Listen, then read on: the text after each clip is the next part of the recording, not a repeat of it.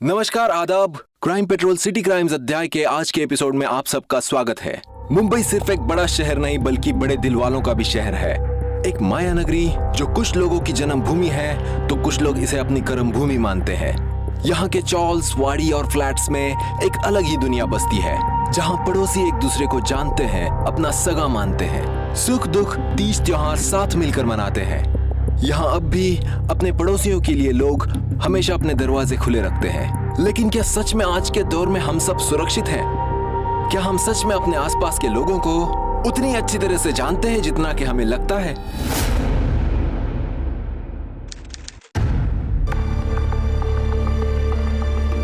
जल्दी जल्दी जल्दी जल्दी आ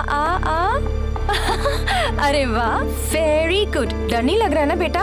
वापस करेंगे। हाँ चलो चलो जल्दी चलो, ये संभाल के।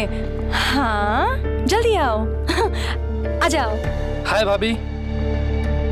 हाय। हाय वर्षा। आओ बेटा जल्दी आओ। आओ फिर से एक बार करेंगे। आओ आओ आओ आओ, वेरी गुड।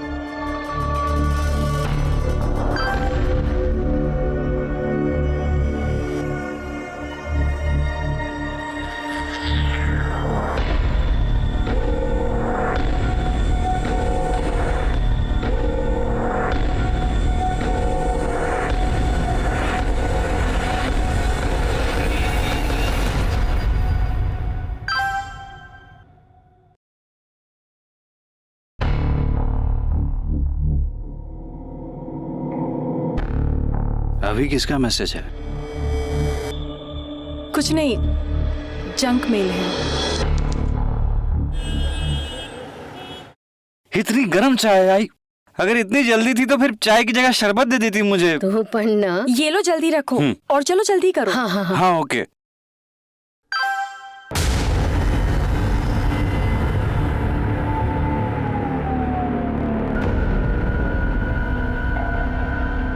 क्या हुआ?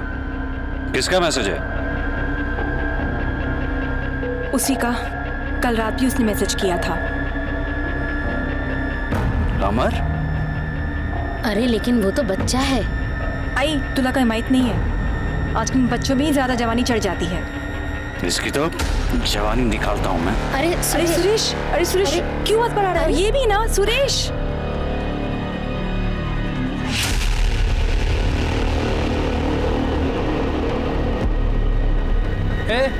क्या बकवास है ये सब? हाँ क्या बकवास है? तेरी बीबी का फोटो है, इसमें चिल्लाने का क्या? तारीफ ही तो की है। यही सब सिखाते हैं तुमको कॉलेज में? बच्चे हो तो बच्चे बन के रहो, समझे? चिल्लाओ मत। सोशल मीडिया पे कमेंट्स किए, क्या गलत किया इसमें? बीवी है मेरी। ओए इतनी जलन हो रही ना तो संभाल अपनी बीवी को। सोशल मीडिया पे फोटोज डालेंगे तो कमेंट्स आएंगे। मुंह तोड़ डालूंगा। अरे छोड़ो छोड़ो, मुंह तोड़ दूंगा मैं तेरा। लगता किसी और के साथ सारा बोलना तेरी तो जान से मार डालूंगा तेरे को मैं। टच करके दिखा, देख तेरे खानदान के साथ क्या करता टच करके दिखा, तू मारूंगा तुझे मैं। क्यों लड़ रहा है साले? हट। अरे चल चल, खुद की बीवी को संभाल नहीं सकते, आए दूसरे को बोल ले साला। अरे मैसेज करता है मेरी बीवी को। ए चलो।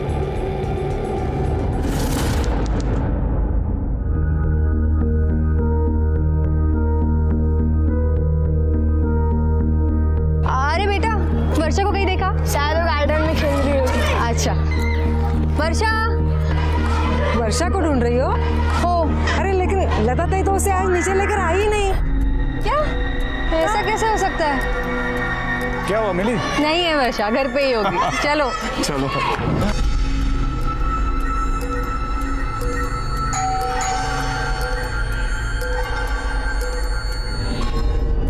आई आई वर्षा, बेटा मम्मी आली आहे आणि तुझ्यासाठी सरप्राईज पण आहे। दरवाजा खोलो। वर्षा, आई कहाँ चली गई? मेरे पास चाबी है, ठीक है?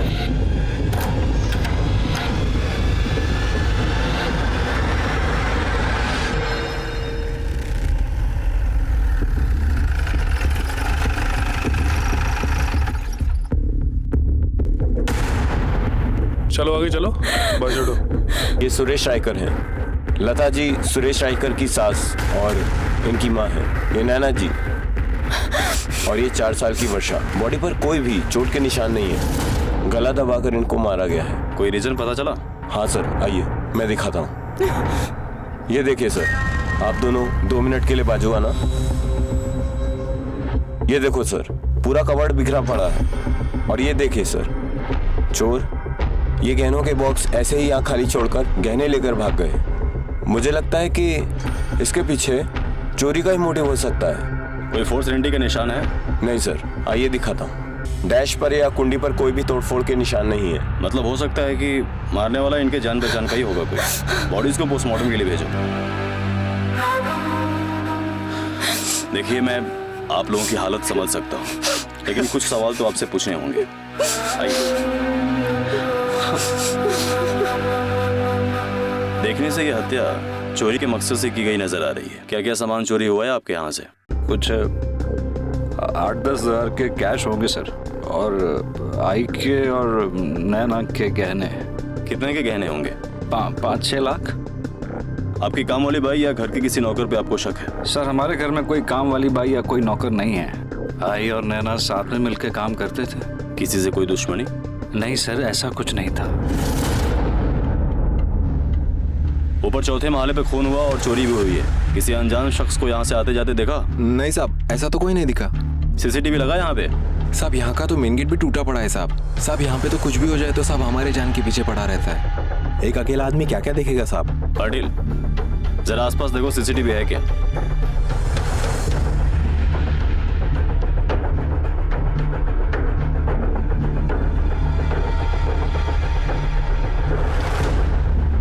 हाँ सर। ये बाजू की दुकान कितने बजे खुलती है? बाजू की दुकान का मालिक हज पे गया है, 1 हफ्ते बाद आएगा। सर, लता जी और वर्षा की पोस्टमार्टम रिपोर्ट आ गई है और रिपोर्ट के मुताबिक दोनों को गला दबाकर ही मारा गया है। दोनों की मौत शाम को 4 से 5 बजे के बीच में हुई है। कोई सेक्सुअल असॉल्ट? नहीं सर, दोनों के साथ कोई सेक्सुअल असॉल्ट नहीं हुआ है। यानी ये दोनों खून लूटपाट के लिए किए गए, या तो फिर कोई पुरानी दुश्मनी निकाल के इसको लूटपाट की शक्ल दी है। सोसाइटी के सामने जिस दुकान में सीसीटीवी लगा था, उस दुकानदार से बात हुई? नहीं सर, उससे कोई बात नहीं हो पाई। पाटिल, काम करो, दोनों बॉडी सुरेश के परिवार को क्रियाक्रम के लिए सौंप दो और क्रिमेशन के बाद उनको पूछताछ के लिए पुलिस स्टेशन बुलाओ। Okay sir.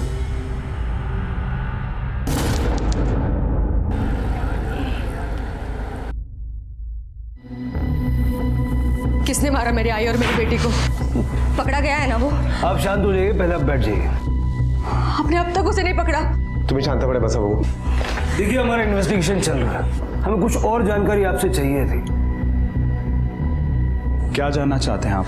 हम दोनों अपनी अपनी ऑफिस चले गए थे और हमारे जाने के बाद कौन आया वो हम कैसे बता सकते हैं? ये जो लता जी हैं, ये आपकी माँ नहीं थी, इनकी माँ थी। जी। आप दोनों के साथ ही रहती थी?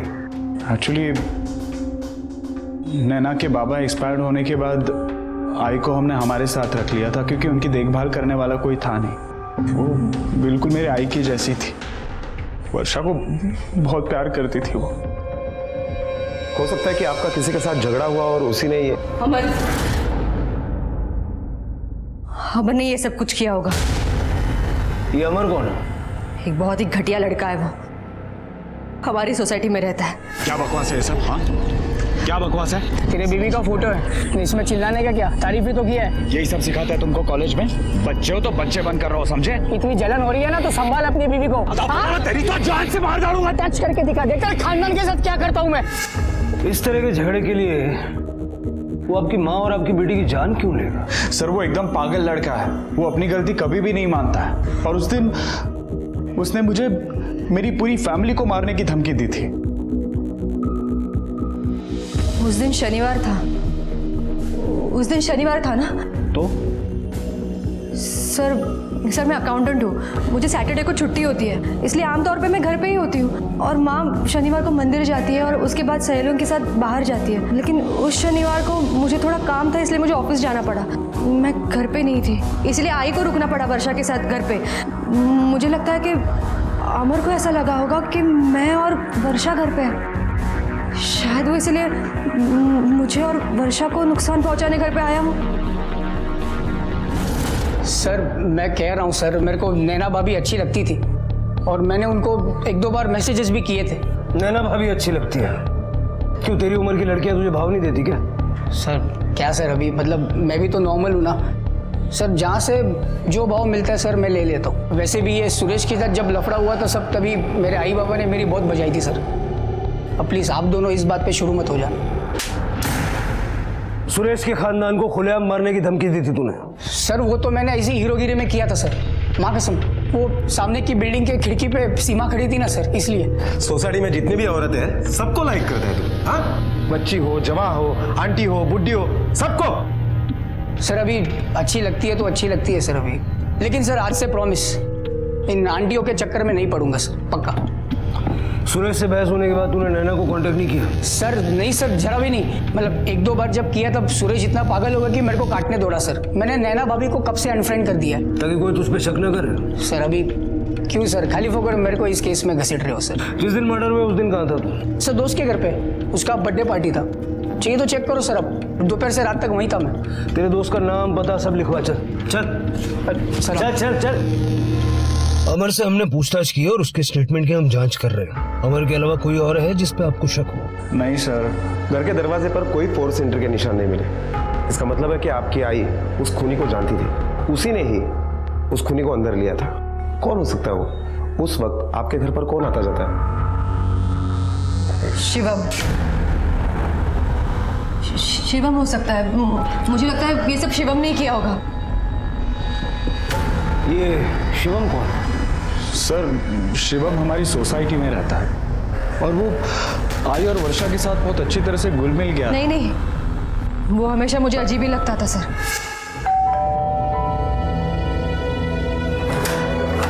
क्या प्लीज पानी गिरने दे। हाँ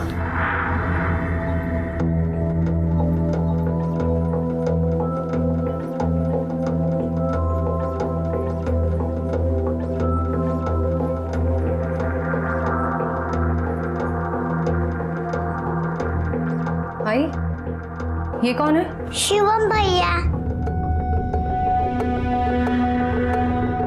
देखिए ना दीदी, वर्षा ने क्या कर दिया।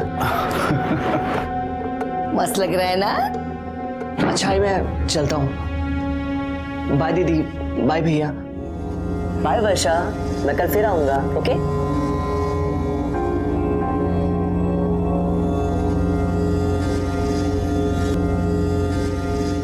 क्या है ये सब? हाँ, देख दोबारा ऐसे घर में मत लेना, मुझे बहुत अजीब लगता है ये लड़का। तू भी ना, बहुत अच्छा लड़का है वो, अपनी वर्षा के साथ खेलने के लिए आता है। वर्षा का भी मन लगा रहता है। और हाँ, वो दोनों मेरे सामने ही खेलते हैं। तू टेंशन मत ले, मैं चाय लेके आती हूँ, बैठ। तो आपको लगता है कि शिवम ने ही ये सब किया है? पता नहीं सर, अब वो एक ही इंसान ऐसा था जो हमेशा हमारे घर पे पड़ा रहता था। ये क्या बोले जा रही हो तुम नैना? शिवम क्यों मारेगा वर्षा और आई को? वो तो वर्षा को कितना प्यार करता था। मेरी कुछ समझ में नहीं आ रहा है सुरेश, क्या बोलूं, बताओ मुझे। ये सब कोई क्यों करेगा, क्यों मारेगा वर्षा को और मेरे आई को?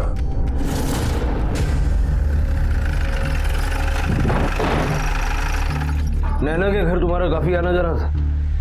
जी सर, वर्षा और काकी मेरे लिए फैमिली थे।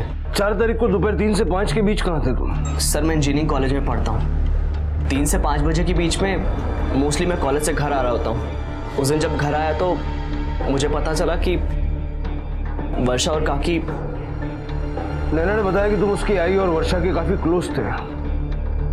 कभी उनका किसी से कोई झगड़ा वगैरह हुआ? नहीं सर, उनका झगड़ा किसी के साथ नहीं हुआ। काकी तो बहुत सीधी सादी थी और वर्षा, वो तो छोटी सी बच्ची थी सर। उसकी भला दुश्मनी किसी के साथ कैसे हो सकती है? अपना नंबर दो,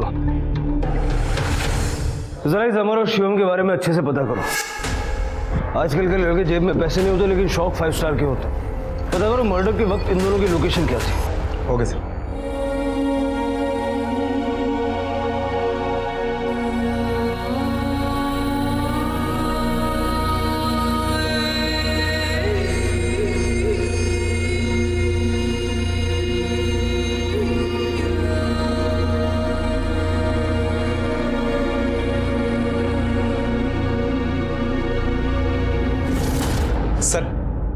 ये अमर सच बोल रहा है। जिस दिन ये हादसा हुआ उस दिन देर रात तक वो अपने दोस्तों के साथ पार्टी मना रहा था। पार्टी में और भी कई सारे लोग थे। मैंने उनसे भी इस बात की पुष्टि की है कि अमर वहीं पर था। उसके मोबाइल के लोकेशन के मुताबिक ये भी पता चल रहा है कि वो पार्टी में ही था, वो सोसाइटी में आया ही नहीं था। और शिवम?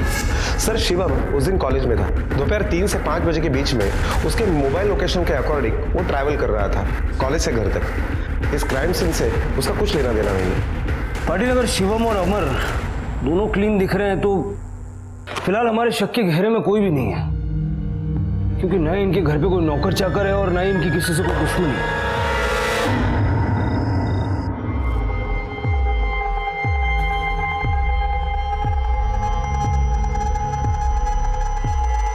नैना,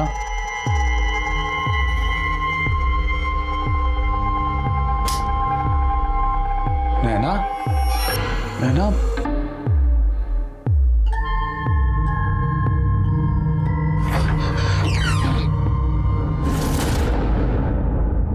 नैना, नैना, नैना, नैना, हौसला रखो नैना, संभालो अपने आप को। कैसे संभालूं सुरेश, कैसे संभालूं मैं अपने आप को? मैं मेरे बच्चे को नहीं बचा पाई सुरेश, मैं कुछ नहीं कर पाई उसके लिए। अगर उस दिन मैं घर में होती ना तो ये सब नहीं होता, मेरे बच्चे बच जाते सुरेश। ये सब मेरी वजह से हुआ है। सर ये देखिए, सोसाइटी के सामने वाली दुकान की सीसीटीवी फुटेज आ गई है। सर ज्यादा लोग अंदर बाहर नहीं गए, लेकिन यह औरत ही सबसे ज्यादा सस्पिशियस लग रही है। पाटिल, ये लेफ्ट वाले रोड का सीसीटीवी कैमरा भी जरा चेक करो। हो सकता है मैं ये पता चले कि औरत किस तरफ गई। हो सकता है उसकी शक्ल ठीक से हमें देखने मिले। और एक काम करो, सुरेश और नैना को भी बुलाओ। आप लोग अब तक ये सीसीटीवी फुटेज ही देख रहे हैं? देखा सुरेश, अब तक इन्होंने नहीं पकड़ा उसे। आपका क्या जाता है? आपके लिए तो ये सब सिर्फ एक केस है ना? नैना जी, हमारे लिए कोई भी केस सिर्फ नौकरी नहीं होता है। हम आपका दर्द बांट नहीं सकते, लेकिन समझ जरूर सकते हैं। और जितना जल्दी आप चाहती हैं कि गुनहगार को सजा मिले, उतना ही जल्दी हम भी चाहते हैं। और इसीलिए हमने आपको यहाँ बुलाया है। पाटिल, ये देखिए, ये आपके सोसाइटी का एंट्रेंस का सीसीटीवी फुटेज है। इसमें जो लोग दिखाई दे रहे हैं, क्या आप जानते हैं इनके? हाँ, ये लोग हमारी सोसाइटी में रहते हैं। लेकिन ये औरत कौन है? एक्चुअली हम भी नहीं समझ पा रहे कि ये औरत कौन है, लेकिन जिस वक्त यह हादसा हुआ उसके ठीक बाद ये औरत सोसाइटी के बाहर बहुत घाई में आई थी। जरा ठीक तरह से देखिए। चेहरा कुछ ठीक से दिखाई नहीं दे रहा है इसका, कुछ समझ में नहीं आ रहा। लेकिन ये साड़ी जो पहनी है इस औरत ने।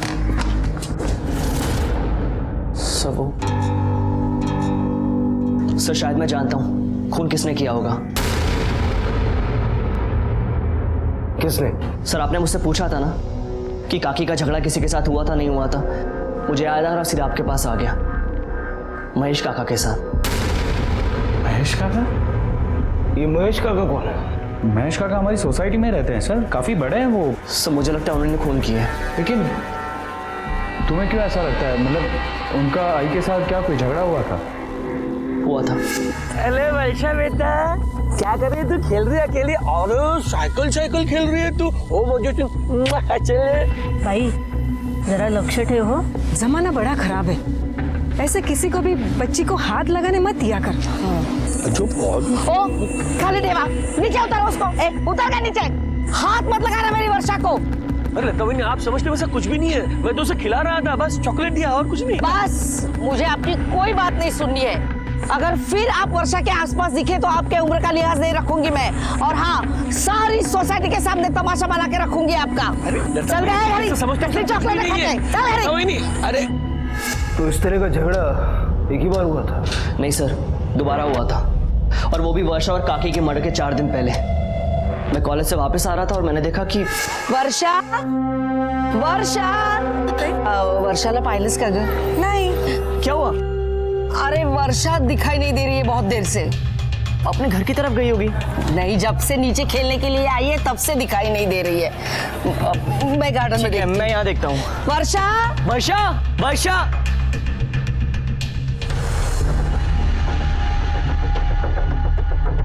वर्षा, वर्षा। काकी, हाँ, जल्दी आइए।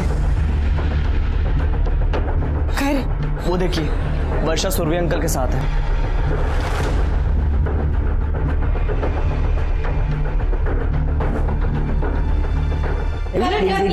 नीचे उतर उसको, खाली उतर गया। साबुनिया जा, यहाँ पूरे वर्षाला हाथ लावायचा नहीं। हाँ, अरे मैं तो सिर्फ उसके साथ खेल रहा था, बाकी कुछ भी नहीं। मुझे कुछ नहीं सुनना है। एक बात याद रखना, अगर वर्षा को हाथ लगाया ना तो देख लेना, पुलिस बुलाऊंगी मैं। हाँ, चल गए घरी। अरे लता बहनी, मेरी बात सुनो लता बहनी, लता बहनी। घरी नहीं। आपको आपकी आई ने इस बारे में बताया था? हाँ सर, एक बार आई ने मुझे बताया तो था कि उसका सुरवे काका के साथ झगड़ा हुआ था, लेकिन उसने ये भी कहा था कि उसने समझा दिया है सुरवे काका का और वो दोबारा ऐसा नहीं करेंगे। उसके बाद मैं भूल गई थी। अब शिवम ने कहा तो मुझे याद आया इस बारे में। सुरवे, शर्म नहीं आती आपको ऐसी हरकत करते हुए? क्या बोलते हैं साहब? आपको लगता है वो खून मैंने किया? जो आदमी एक छोटी बच्ची के साथ घटिया हरकत कर सकता है वो कुछ भी कर सकता है। सब आई शपथ संग तो मैंने सब कुछ भी नहीं किया था साहब। लता वही गलत समझ रही थी, उसका भी कोई दोष नहीं है साहब। आजकल का समय सब गलत है। आपको पूरी सोसाइटी में वर्षा ही मिली थी लाड़ प्यार करने के लिए, कोई और बच्चे नहीं थे? साहब, वर्षा मुझे मेरी शिवानी की याद दिलाती है, मेरी नाती शिवानी। पिछले साल मेरा बेटा अपने परिवार के साथ हमेशा के लिए यहाँ से चला गया। अब यहाँ मैं और मेरी बीबी रहते हैं। सर, मुझे मेरी नाती की बहुत याद आती है साहब। शिवानी बिल्कुल वर्षा जैसी दिखती है। हाँ साहब, सच कह रहा हूँ। ये देखिए साहब। तो ये बात आपने लता जी को क्यों नहीं बताई? साहब, मैंने बहुत कोशिश की थी लेकिन उन्होंने मेरी बात कभी सुनी नहीं। लता जी ने आपको वर्षा से दूर रहने की हिदायत दी थी ना? फिर आप उसे सीढ़ियों के पास क्यों लेके गए थे? साहब, मैं उसे कहीं नहीं लेके गया था, मैं तो सीधे से नीचे की तरफ उतर रहा था। अरे वर्षा बेटा, एकटीच खेळतेस तू बाहुलीशी? इथे कोणाकडे आली वर्षा? इथे काय करतेस सो? चल घरी, चल घरी। अरे लता बहनी, मैं कुछ नहीं कर रहा था, सिर्फ उसके साथ खेल रहा था। चल घरी। अरे तुला किती वेळ? अरे वो बिल्कुल मेरी नाती जैसी है लता बहनी। साहब, इसके बाद मैंने सोच लिया कि अभी कभी भी वर्षा के पास नहीं जाऊंगा। अच्छा नहीं लगता ना साहब, कोई ऐसे बोले तो। बस इतना ही हुआ था? जी साहब। क्यों? लता जी ने आपको सबके सामने डांटा, काफी लोग जमा हो गए, सबके सामने उसने आपको बेइज्जत किया, ये कौन बताएगा?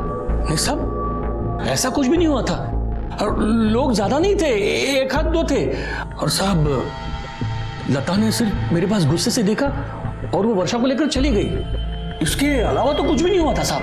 हाँ साहब। जिस दिन कत्ल हुआ है उस दिन आप कहाँ थे? मैं बैंक में गया था साहब, फिर एक दो काम निपटा के मैं मेरे दोस्त के यहाँ चला गया और वहाँ से करीब 9 बजे मैं घर वापस लौट आया। घर आने के बाद मुझे लता और वर्षा के बारे में पता चला। कौन से बैंक गए थे? KPS cooperative bank. सर, मैं वही काम करता था। अब रिटायरमेंट के बाद साल में एक बार वहाँ जाना पड़ता है, मैं जिंदा हुए दिखाने के लिए। जिस दोस्त के घर आप गए थे उसका नाम क्या? मिलिंद नागरकर। मिलिंद नागरकर का एड्रेस लिखवा दीजिए और आप जा सकते हैं। जी सर।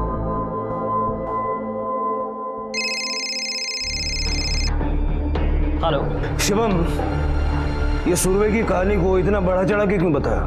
नहीं सर, मैंने जो देखा आपको वही बताया। बड़ा तमाशा हुआ था, काफी लोग आए थे, तो चल सबके नाम बता। उस वक्त वहां पे कौन कौन मौजूद था? सर, एकदम से तो मुझे कुछ याद नहीं है, आप मुझे थोड़ा सा टाइम दीजिए, मैं आपको कॉल बैक करता हूँ।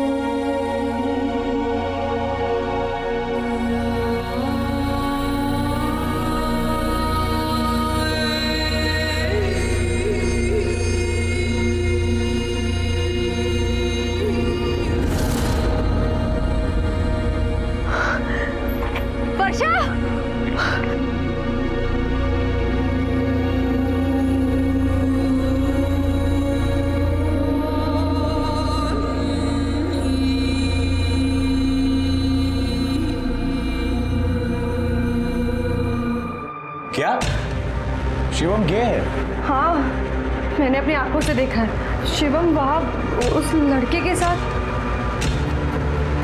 सुरेश, हमें पुलिस को बता देना चाहिए। कम ऑन नैना, अगर शिवम गे है तो उसकी पर्सनल लाइफ है, उसमें पुलिस को बताने की क्या जरूरत है? सुरेश, तुम समझने की कोशिश करो। मुझे शिवम कभी पसंद नहीं आया। वो कुछ अजीब सा ही है। मुझे शक होता है। देखो, तुम मेरी बात सुनो, मुझे उस पर शक है। हम पुलिस को बता देते हैं, उन्हें उनकी छानबीन कर लेते तो फिर मुझे भी तसल्ली मिल जाएगी। बस करो नैना, आई गई है, वर्षा गई है, उसका मतलब ये नहीं है कि तुम हर बात पे ऐसे रिएक्ट करोगे। अरे शिवम तो खुद अपनी मदद करने आया था। तुम प्लीज पुलिस को अपना काम करने दो, प्लीज अपने आप को संभालो प्लीज। सर, ये सोसाइटी के लेफ्ट वाले रोड पर जो एटीएम वहां की सीसीटीवी फुटेज है, इसमें भी वही औरत है जो सोसाइटी से बाहर आई थी और इसने यहां से ऑटो पकड़ा। पता लगा इस ऑटो ड्राइवर का?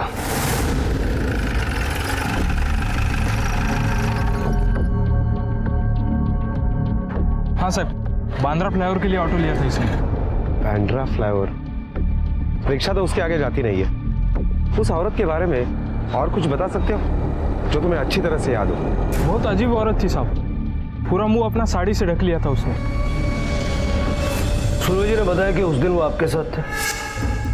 हाँ, यहाँ आया था वो, करीब 3 बजे आया था। फिर हमने चाय पी ली और वो चला गया। चाय पी के चले गए? हाँ। मेरे हिसाब से वो रात के 8-9 बजे तक आपके साथ थे। नहीं सर, दरअसल मुझे एक शादी में जाना था, इसलिए मैंने उसे जाने के लिए बोला।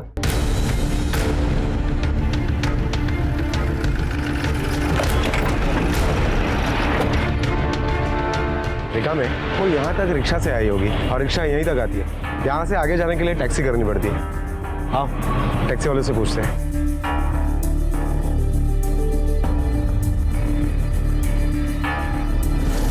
सुरवे साहब, झूठ तो बेहतरीन बोला आपने, लेकिन आप ये भूल गए कि झूठ की उम्र ज्यादा लंबी नहीं होती।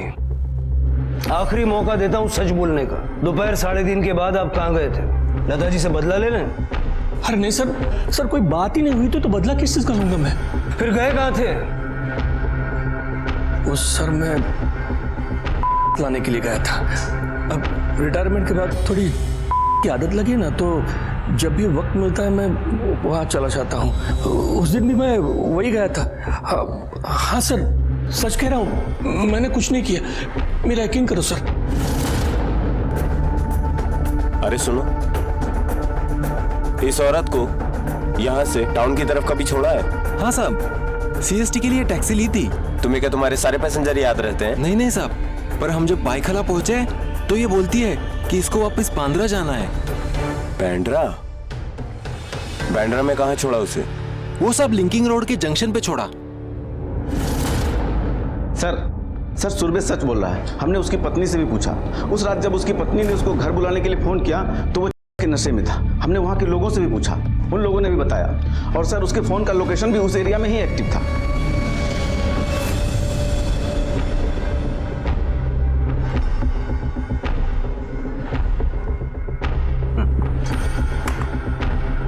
पाटिल, इस फुटेज में साफ नजर आ रहा है कि ये कोई औरत नहीं बल्कि आदमी है। इस रिक्शा के नंबर से जरा इस रिक्शा वाले का पता लगाओ। Okay sir. पुलिस लता और वर्षा के कातिल तक पहुंचने की पूरी कोशिश कर रही थी।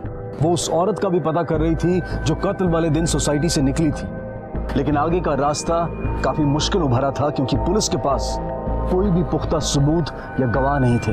उधर नैना की हालत दिन ब दिन खराब होती जा रही थी। अपनी बेटी और माँ को खोने का बहुत बड़ा सदमा लगा था उसे। वो उस कातिल को सजा दिलवाना चाहती थी और अब उसकी हालत ऐसी थी कि वो हर किसी पर शक कर रही थी। नैना, नैना,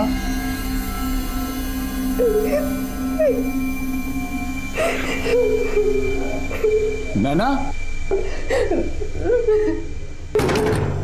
नैना, दरवाजा खोलो नैना। नैना,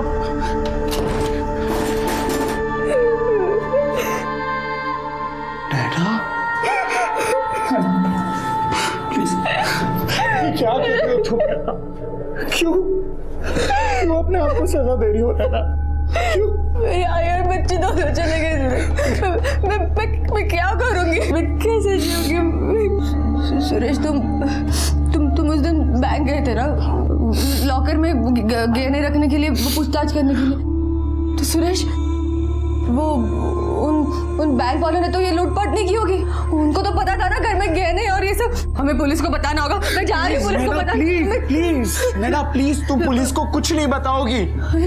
पागल समझेंगे वो लोग तुम्हें। प्लीज नैना, संभालो अपने आप को नैना, प्लीज। नहीं लेकिन मेरी बात सुनो।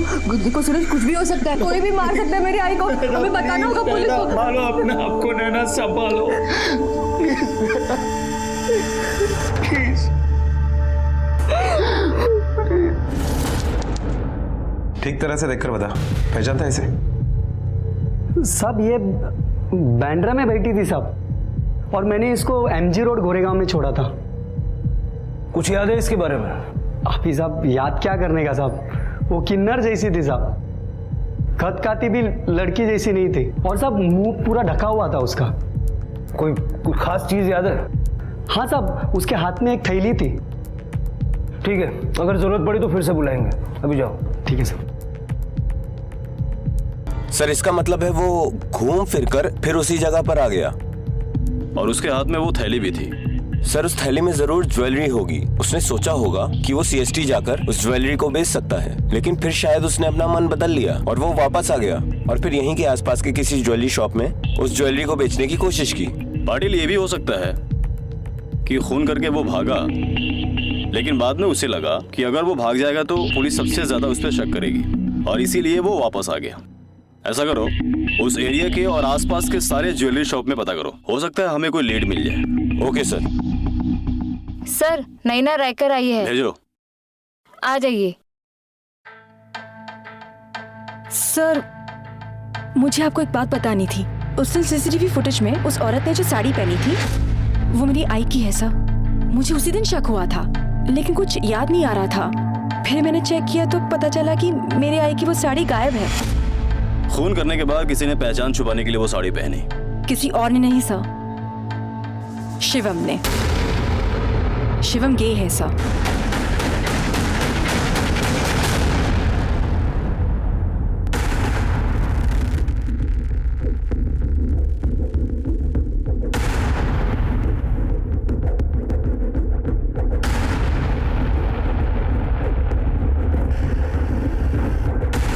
हाँ सर, एक लड़का आया था इसे बेचने के लिए, और उसके पास और भी गहने थे। तो आपने खरीदे? ना सर, मुझे तो पहले से लगा था कि ये शायद चोरी के हैं, और वैसे भी जवान लड़का गहने बेचने नहीं आता है। आमतौर पे औरतें या तो कपल्स ही आते हैं, और वैसे भी मेरे दुकान में CCTV कैमरा लगे हुए हैं। आपको चाहिए तो मैं आपको फुटेज निकलवा के दिखा दूँ। दे दो। सर, किलर ने जिस ज्वेलरी शॉप में ज्वेलरी बेचने की कोशिश की वहां के CCTV फुटेज आ गए। चलो सर, आई एम श्योर कि ये शिवम ही होगा। सर ये शिवम नहीं, कोई और ही है। पाटिल, हो सकता है कि ये लड़का शिवम, अमर या सुरवे में से किसी के साथ मिला हुआ हो। इसे पहचानते हो?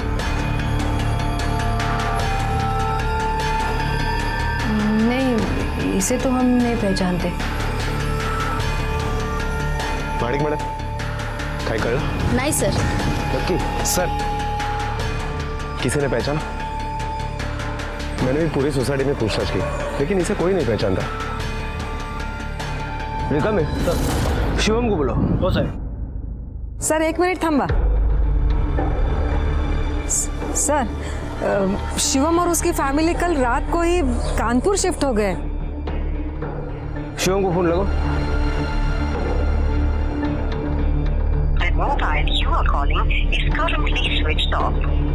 सर, उसका फोन तो स्विच ऑफ आ रहा है। किसी के पास दूसरा नंबर है शिवम का? नहीं, शिवम का नंबर तो नहीं है, लेकिन उसके फादर का नंबर है मेरे पास।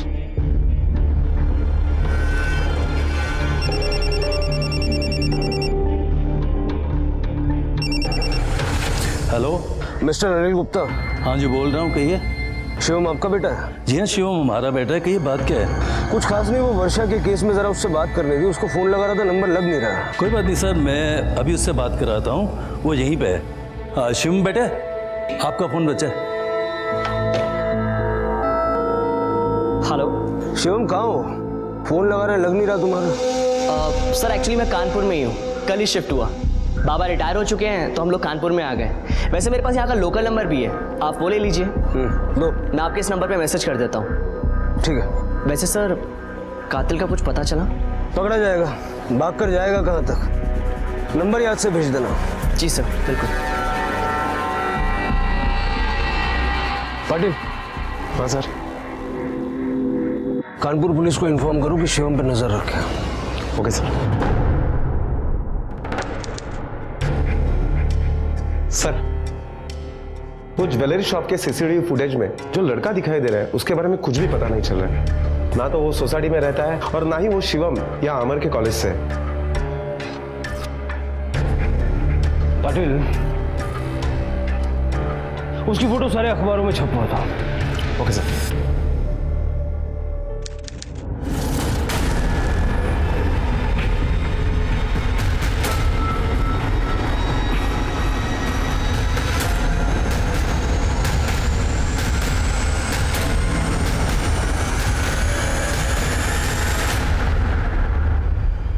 डॉक्टर दीक्षित। जी जी, आइए बैठिए। मैंने ही आपको फ़ोन किया था। ये जो फोटोग्राफ आपने अखबार में दिया था ना, ये लड़का आया था मेरे क्लिनिक पर। किस लिए? सेक्स चेंज ऑपरेशन के लिए। ये इसका ऑपरेशन करना था? नहीं नहीं, इसके साथ एक लड़का और था, आई गेस इसका पार्टनर था वो, उसके ऑपरेशन के लिए आया था।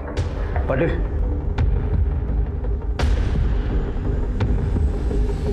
ये लड़का था?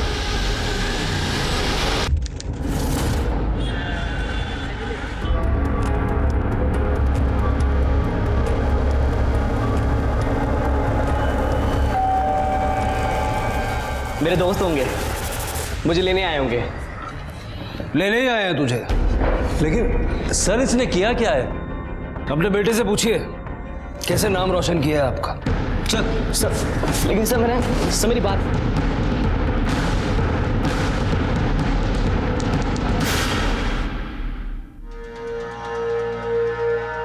इसे पहचानता है? नहीं, मैं नहीं जानता। देखिए सर, मैंने कुछ भी नहीं किया। आप लोग मुझे फालतू में फंसाने की कोशिश मत कीजिए। देखा मैं, देख, ये वही लड़का है जिसके साथ डॉक्टर अशोक मोरे के क्लिनिक में सेक्स चेंज का ऑपरेशन करवाने के लिए तू गया था। अब सच बोलेगा या इस डॉक्टर की दवाई चाहिए? सब मैं गे हूं और ये फोटोग्राफ में लड़का मेरा बॉयफ्रेंड है। हम दोनों एक दूसरे से प्यार करते हैं और शादी करना चाहते थे, लेकिन उसने कहा कि सोसाइटी में एक्सेप्ट नहीं करेगी, इसलिए मुझे किसी भी हालत में अपना सेक्स चेंज करवाना था। हम बहुत सारे डॉक्टर्स के पास गए, कोई 25 लाख बोल रहा था, कोई 20 लाख बोल रहा था। फिर हमें एक डॉक्टर मिला जो 5 लाख में मान गया। लेकिन सबसे बड़ा मुद्दा यह था कि वो 5 लाख का भी इंतजाम कहां से होता।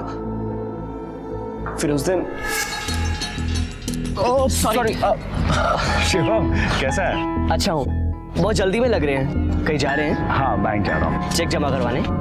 अरे नहीं, लॉकर खुलवाने जा रहा हूँ। आई और नैना के गहने ऐसे ही घर पे पड़े हैं और आजकल तो ज़माना तुझे पता है कैसा हो गया, और वो लोग हमेशा घर पे अकेले रहते हैं तो थोड़ा डर लगता है। चल बात। जी सर, कुछ समझ में नहीं आ रहा था कि क्या करूँ क्या ना करूँ। दिमाग काम ही नहीं कर रहा था, इसलिए मैंने अपने बॉयफ्रेंड को बुलाया और उसे फ़ोन दिया और उसे कहा कि कॉलेज के आसपास रहे। उसके बाद मैं सीधा काकी के घर गया और मैंने उनकी खीर में बेहोशी वाली दवाई मिला दी। मुझे लगा कि काकी और वर्षा बेहोश हो जाएंगे और मैं चुपके से गहने और पैसे निकाल के चला जाऊंगा। आई, ये देखिए, मैं आपके लिए खीर लेके आया हूँ और वर्षा के लिए भी। कहाँ है वर्षा? अरे कितना अच्छा बच्चा है तुम, पर आज तो मैं खीर खा नहीं सकती, मेरा उपवास है। और वर्षा तो खीर को छूती तक नहीं, तो लेके जा। ठीक है। सब मुझे किसी भी हालत में ऑपरेशन करवाना था, वरना मेरा बॉयफ्रेंड मुझे छोड़ देता। और अगर आई पैसे और गहने लॉकर में रखती थी तो मैं उन्हें कभी नहीं निकाल पाता। इसलिए मुझे किसी भी हालत में आई को बेहोश करना ही था।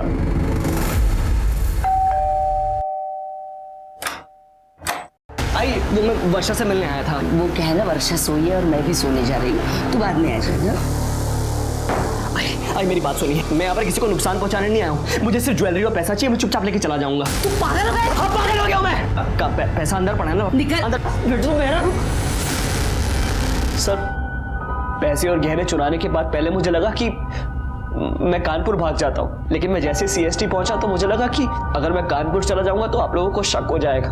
मैं सीधा MG रोड गया और अपने बॉयफ्रेंड को ज्वेलरी वाला बैग दे दिया और उससे अपना फोन ले लिया। फोन लेने के बाद मैं सीधा अपनी सोसाइटी में आ गया। अपनी जिंदगी संवारने के चक्कर में 2 मासूम जाने ले ली तूने, सड़ना अब जिंदगी भर जेल। क्यों मारा तुमने मेरी बच्ची को? क्यों मारा तुमने मेरी बच्ची को? क्या बिगड़ा दोनों तुम्हारा? मेरे बच्ची को मार दिया, इतना प्यार करते थे इससे। शिवम को लता और वर्षा की हत्या के लिए और उसके पार्टनर को जुर्म में उसका साथ देने के लिए गिरफ्तार किया गया है। शिवम ने अपने सेक्स चेंज ऑपरेशन के लिए जो रास्ता अख्तियार किया वो सरासर गलत था। शिवम जिस पर लता और वर्षा इतना भरोसा करती थी, जिसे वो इतना प्यार और स्नेह देती थी, उसने अपने फायदे के लिए उन दोनों को मार डाला। ये आजकल के हमारे समाज का खौफनाक चेहरा है। चाहे कोई कितना भी करीब क्यों ना हो, अपने घर की अंदरूनी बातें, घर में रखे पैसे और गहनों का जिक्र उनके सामने ना करें। भरोसा करें, लेकिन आंख और कान खोले रखकर। इसी विचार के साथ अब मैं अनूप सोनी आपसे विदा लेता हूं। फिर मुलाकात होगी अगले एपिसोड में एक और चौंका देने वाले केस के साथ।